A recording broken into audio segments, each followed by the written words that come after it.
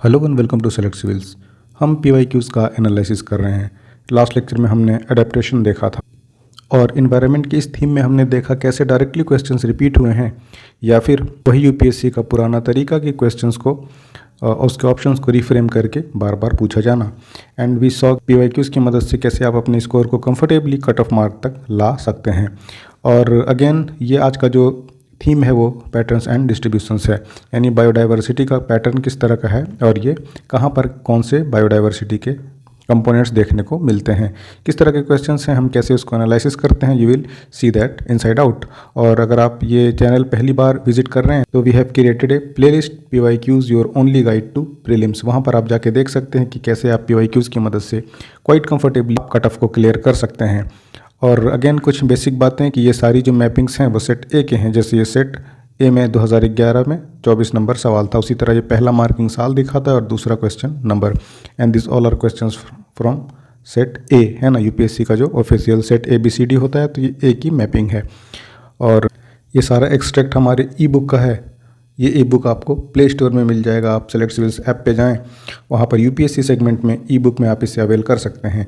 और ये किस तरह से आपके लिए हेल्पफुल होगा, जब आप लेक्चर में बने रहेंगे तो आप देखेंगे। जब हम 2024 के भी क्वेश्चन को एनालाइज कर रहे थे तो भी हमने देखा कि पीवाईक्यूज़ की मदद से काफ़ी हद तक क्वेश्चंस को टैकल किया जा सकता है। तो कम से कम एटलीस्ट ये होगा कि आपको वो जो नयापन आता है हर साल कि ये साल this year question was something weird, तो ये ऐसा नहीं होगा। ये सिर्फ और सिर्फ आपको लैक ऑफ पीवाईक्यू के एनालिसिस से होता है। लोग कहते तो हैं कि पीवाईक्यूज़ करो करो, बट कोई भी जेन्युइन जिस तरह से हमने एनालाइज किया है, वी गारंटी कि ऐसा कोई भी आपको नोट्स या लेक्चर या बुक नहीं मिलेगा। और that being said, let's get started और देखते हैं कि किस तरह के पैटर्न डिस्ट्रीब्यूटर से सवाल पूछे गए हैं। ऑल राइट, ये पहला सवाल 2011 के 24 नवंबर में पूछा गया है कि the Himalayan range is very rich in species diversity, which of the following is the most appropriate reason for this phenomenon.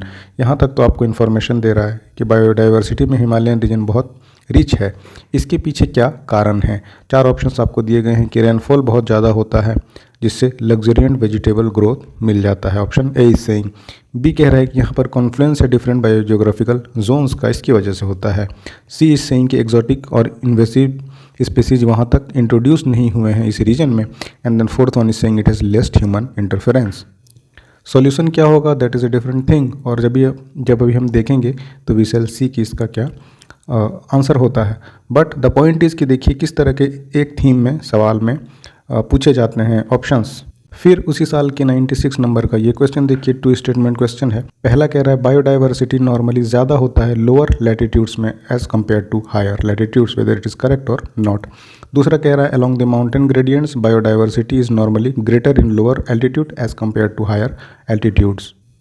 तो when you connect the dots, तो जब आप हिमालयन रेंज में ही देखेंगे ना, जब इसका ही एनालिसिस करेंगे एज वी आर डूइंग, या जैसा तरीका होना चाहिए पीवाईक्यूज़ के एनालिसिस का, तो आपको एक ये चीज़ समझ आएगा कि जो हिमालयन रेंज है इसकी बायोडाइवर्सिटी ज़्यादा क्यों है। और बायोडाइवर्सिटी ज़्यादा है तो इसमें भी देखेंगे आपकी लैटिट्यूड्स का क्या रोल रहता है। लैटिट्यूड बढ़ने से क्यों बायोडाइवर्सिटी कम होती है। सो एक होलिस्टिक आप जब ये इन्फॉर्मेशन यहाँ से ग्रैब कर लेंगे तो आपको ये चीज़ समझ आएगा कि ये इन दो स्टेटमेंट्स में से कौन सा करेक्ट होना चाहिए। एक बार पहले इसका एक्सप्लेनेशन देखते हैं जो हमने ई बुक में किया है। We have analyse the question first, उसके बाद हमने हर एक ऑप्शन को एनालाइज किया है कि अगर ये करेक्ट है तो इसके पीछे रीजनिंग क्या है, और अगर वी आर सेइंग कि इट इज़ इनकरेक्ट तो ये गलत क्यों है। So this question let's see कि हमने अपने बुक में कैसे इसका एनालिसिस किया है।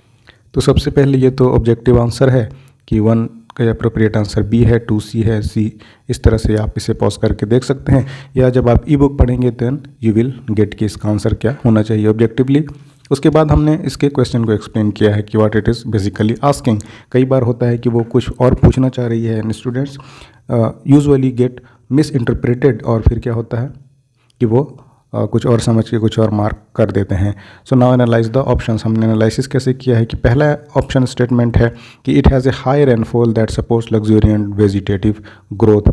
ये statement per se is correct but overall it is incorrect. ये क्यों, इसके पीछे इसका एनालिसिस देखिए। While the Himalayas do receive substantial rainfall, बारिश तो होती है बहुत ज़्यादा, कुछ एरिया में, इन सम एरियाज, है ना, but the richness in biodiversity is not solely due to rainfall but a combination of various ecological factors. जैसे क्या है इकोलॉजिकल फैक्टर, वो नेक्स्ट आपको मिलेगा इस स्टेटमेंट में। Now let's see this statement number 2। ये कह रहा है कि ये कॉन्फ्लुएंस में है डिफरेंट बायोजोग्राफिकल जोन्स के। This is actually correct. ये so the Himalayan are in unique ecological zone which differentiate biogeographical regions, जहाँ पर अलग अलग मिलते हैं, जैसे कि इंडो मालयन, यूरेशियन और तिब्बतियन जोन्स मिलते हैं यहाँ पर। इसके कॉन्फ्लुएंस से क्या होता है, हाई वैरायटी ऑफ स्पीसीज यहाँ पर देखने को मिलती है। So this B will be the right answer. यहाँ भी आप देख सकते हैं एक का बी ही राइट आंसर है। देन वी हैव एनालाइज दूसरे ऑप्शंस बी, ऑप्शन नंबर 3। यहाँ कह रहा है एक्जोटिक और invasive species have not been introduced in this region. ये तो वैसे ही फैक्चुअली इनकरेक्ट है। ये तो कह रहा है कि इंट्रोड्यूस ही नहीं हुआ है, ये ऐसे भी इनकरेक्ट है। और दूसरा हमने जो एक्सप्लेनेशन दिया है, while the absence of invasive species may maintain biodiversity, कुछ हद तक वो रोक सकता है, but it is not primary factor की रिचनेस वहाँ पर बहुत ज़्यादा हो जाएगी। बायोडाइवर्सिटी में आप देखेंगे कि एक्जॉटिक एनिमल्स का प्रेजेंट होना भी एक बायोडाइवर्सिटी का ही पॉइंट है, कि वहाँ अलग अलग तरह के स्पीसीज मिलते हैं। इसका ये मतलब नहीं है कि उसकी वजह से वो इंट्रोड्यूस ही नहीं हुए हैं and then it is leading to more biodiversity. सबसे बड़ा जो रीज़न है वो ये है कि ये अलग अलग बायोजोग्राफिकल यहाँ पर जोन्स का कॉन्फ्लुएंस है। एंड देन ये लास्ट ऑप्शन की it has less human interference, this is incorrect. वैसे ही टूरिज्म काफ़ी बढ़ गया है, ये हिमालयन रीजन के लिए एप्ट नहीं है। Himalaya face significant human activity including tourism, agriculture, है ना, झूम वगैरह होता है, कई सारे वहाँ ट्राइब्स होते हैं सच एज लेपचा, है ना। तो एंड देयर इंफ्रास्ट्रक्चर डेवलपमेंट की वजह से ये तो पूरी तरह से बेकार बात है कि यहाँ पर ह्यूमन इंटरफेरेंस कम है, इसकी वजह से बायोडाइवर्सिटी वहाँ पर बहुत ज़्यादा है। फिर आप देखेंगे जब मैप को, तो वेजिटेशन जोन देखिए माउंटेन्स में कैसा होता है। लोअर लैटिट्यूड्स में deciduous forest, then needle trees forest, then dwarf bushes. और ये आप एक बार इसको पॉज करके देखिएगा, तो इससे आपको ये भी पता लगता है कि जैसे आप एल्टीट्यूड की तरफ बढ़ते हैं, है ना, हाइट जैसे जैसे बढ़ता है, बायोडाइवर्सिटी क्या होती है, कम होती जाती है। क्योंकि जहाँ ऊपर जैसे जाइएगा तो एक तो लैटिट्यूड की वजह से टेम्परेचर डाउन और डिप टेम्परेचर, तो बायोडाइवर्सिटी ऐसे ही कम हो जाएगा। So this is one of the reasons. तो ऊपर जैसे आप जाते हैं बायोडाइवर्सिटी लेसन्स कम हो जाती है। नाउ लुक एट दूसरा वाला क्वेश्चन हमारा। तो इसी सवाल के एनालिसिस से अब आप ये समझ जाएंगे कि ये दो ऑप्शंस क्या कह रहे हैं। साल 2011 का जो दूसरा हमने देखा 96 number question, first one is saying कि biodiversity is normally greater in the lower latitudes as compared to higher latitudes. हमने जस्ट अभी देखा कि एज लैटिट्यूड बढ़ता है बायोडाइवर्सिटी डिक्रीज हो जाता है, यानी कि एक रेसिप्रोकल यहाँ पर रिलेशनशिप देखने को मिलता है। So obviously this is correct statement. और फिर दूसरा क्या है, along the mountain gradients biodiversity is normally greater in the lower altitudes. This actually correct statement. Latitude भी और एल्टीट्यूड भी दोनों, है ना, जैसे इक्वेटर के पास आप देखेंगे 0 डिग्री और इसके आसपास ये सन रेज ज़्यादा मिलते हैं, सो ज़्यादा बायोडाइवर्सिटी, बिकॉज ज़्यादा मॉइस्चर, ज़्यादा बारिश, leading to more vegetation and leading to more biodiversity. How we have explained it, let's see. पहले क्वेश्चन का एक्सप्लेनेशन देखिए। This test your knowledge of biodiversity varies कैसे करता है, लैटिट्यूड और एल्टीट्यूड पे इसकी क्या डिपेंडेंसी है। 2 important factors that influence this type of species found in a particular area, यानी दो कौन सा फैक्टर, लैटिट्यूड और एल्टीट्यूड, उसके इम्पैक्ट के बारे में पूछा गया है। फर्स्ट वन है आपका biodiversity is normally greater in the lower latitudes as compared to higher latitude. This is correct. Why, क्योंकि biodiversity tends to be higher near the equator as we have seen due to warmer climate, हमने अभी just discuss किया था थोड़ा सा, है ना, and more stable environmental conditions. इसकी वजह से क्या होता है कि ज़्यादा बायोडाइवर्सिटी देखने को मिलती है। और एग्जांपल में आप देख सकते हैं कि tropical rain forest are prime examples of high biodiversity region. तो ये कहाँ पर मिलता है आपको, लोअर लैटिट्यूड्स में, यानी कि जस्ट हमने देखा कि near equator. So this is correct statement. दूसरा इज सेइंग कि अलोंग द माउंटेन ग्रेडियंट, ये तो जस्ट अभी हमने एक्सप्लेनेशन में सीखा ही कि बायोडाइवर्सिटी नॉर्मली ग्रेटर होता है लोअर एल्टीट्यूड में, किसकी तुलना में, हायर एल्टीट्यूड में। This is absolutely correct. Why mountain regions biodiversity generally higher at lower latitude due to more favourable climatic conditions such as higher temperature, greater rainfall and more vegetation. As altitude increase, जैसे जैसे height बढ़ती है, conditions becomes harsh, ज़्यादा extreme होने लगते हैं condition, जिससे species का सर्वाइवल नहीं हो पाता and leading to decrease in their biodiversity. So this makes statement C both 1 and 2 as correct. Then we have added tips and tricks. कि जब आप PYQs का एनालिसिस करें या इन जनरल ऐसे थीम्स को पढ़ें तो किन बातों का ध्यान रखें। Understand the general pattern of biodiversity with respect to latitude और एल्टीट्यूड में कैसे चेंज होता है, बेसिकली विद एग्जांपल्स, जिससे आप ज़्यादा रिटेन भी कर पाएंगे और जब रिकॉल करना हो तो you will able to see. और again this all are extract from our E book. अगर आपको लेक्चर्स बहुत लंबे लंबे देखना नहीं पसंद तो better you go to our app और वहाँ पर आप इसे इंस्टॉल करके PYQs का सेक्शन मिलेगा आपको UPSC का। UPSC में आप ई बुक्स वहाँ पर जाके इसे अवेल कर सकते हैं। और हर सब्जेक्ट को हमने थीम वाइज सेग्रीगेट किया है और हर थीम को ऐसे ही क्वेश्चन एनालिसिस देन उसके हर एक ऑप्शन को एनालाइज किया है सो दैट आप इसका मैक्सिमम बेनिफिट ले सकते। ऑलराइट, 2013 का ये 23 नंबर क्वेश्चन देखिए, which of the following is are correct sequence of ecosystem in order of decreasing productivity. तो एक तो तरीका है कि आप रट्टा लगा लें कि कौन सा करेक्ट आंसर होगा, और दूसरा एक ये है कि जैसे आपको यहाँ पर इकोसिस्टम प्रोडक्टिविटी के बारे में कहा है तो you need to know about productivity of ecosystem, है ना।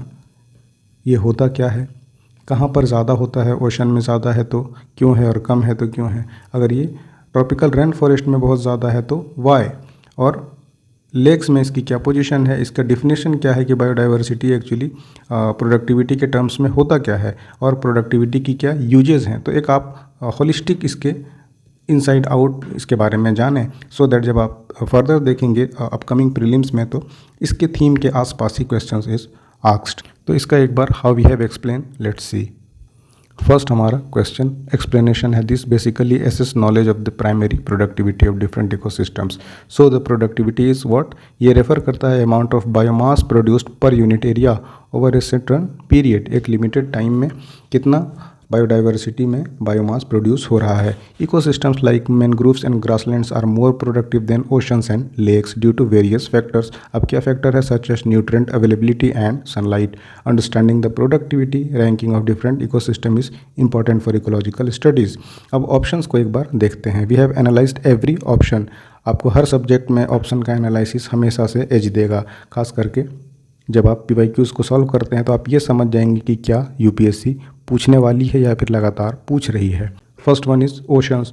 ओशन क्या कह रहा है कि this has low primary productivity. अब क्यों, due to vastness of the area and limited nutrients in deep waters. Although upwelling zones के पास हाई प्रोडक्टिविटी है लेकिन हम ओवरऑल अगर देखते हैं तो प्रोडक्टिविटी इसकी कम हो जाती है। फिर लेक्स है, फिर ग्रासलैंड है और फिर मैनग्रोव है। जब इसे हम सीक्वेंस में ऑर्डर करते हैं सो द करेक्ट सीक्वेंस क्या बनता है, सबसे ज़्यादा प्रोडक्टिविटी होती है मैनग्रोव की, फिर होती है ग्रासलैंड की एंड देन लेक्स की, और सबसे कम प्रोडक्टिविटी है वो है ओशन की।